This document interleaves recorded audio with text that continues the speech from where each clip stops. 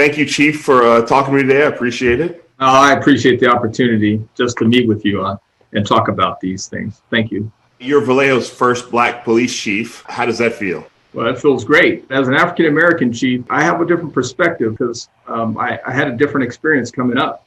And it provides me the opportunity to really build relationships, to listen to and hear the people that have felt marginalized and to see the people that, have felt unseen. I don't have to tell you, Vallejo's been through a lot. One of the things that has stuck with me is the badge bending story that came out.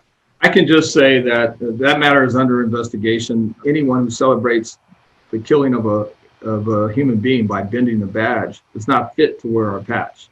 So as you know, last year, after George Floyd was killed by the Minneapolis Police Department, there was a lot of protests in the streets and a lot of talk about how we have to look at policing and what's going on. And the city of Vallejo talked about that. And then Sean Monterosa was killed. Can you talk about his killing? My sympathies go out to Sean's family. One of the things that I did after that occurred was to ask for a third-party administrative investigation, which is the first time that this has happened in the history of Vallejo. Those are unfortunate circumstances, and they're tragic. And we want to assure the public that we're doing everything that we need to do to look critically at those incidents so that we can improve our processes. You may not be there 10 or 15 or 20 years. Are there things you can do so that the next police chief comes in, there are substantive changes that person that will have made things better and that can't be undone? Thank you for that question. There are tangible changes that we're making now. Last year when I came on, about a couple of months in, I wanted a stronger body-worn camera policy.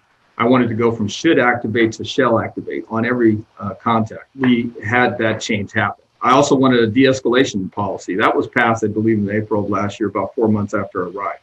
We're working on our standards of conduct and ethics policy. I believe cultural change starts with that. It has to be based upon those principles of ethics and values. And the other things that we want to focus on is building those strong community partnerships. One of the things we cover in the show is the power of police unions and how that often seems to get in the way of communities getting what they want from the police or what they need.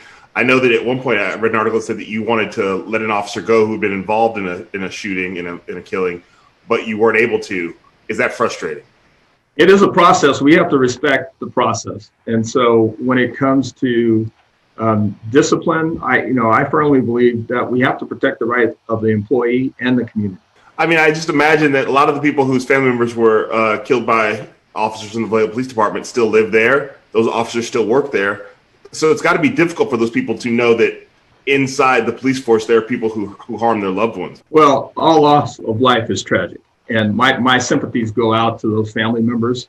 We have to be empathetic and compassionate when it comes to that.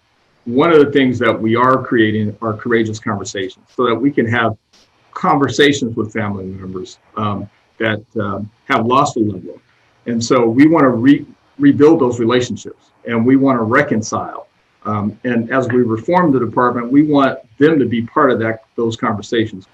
Do you understand the frustration that people feel in a community when they feel like that, everything you said makes sense. We're going to respect the process. We're going to investigate into these things. We're going to look and get our answers. But if you're a community member, do you understand the frustration I would imagine many people in Vallejo feel because they're waiting for the process to make things better?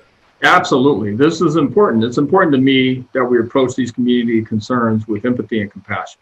Change takes time. Now, I can't change the past, but I can impact the future. And that's what we're focused on.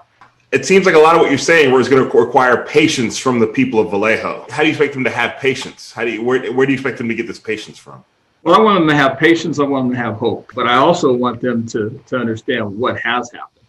And over the last 15 months, a lot of changes have happened, positive changes, and we're moving forward.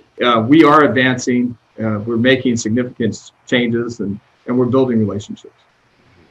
Well, thank you, Chief Williams. I appreciate your time. Thank you for talking to me. I know you're a busy man, so I appreciate it.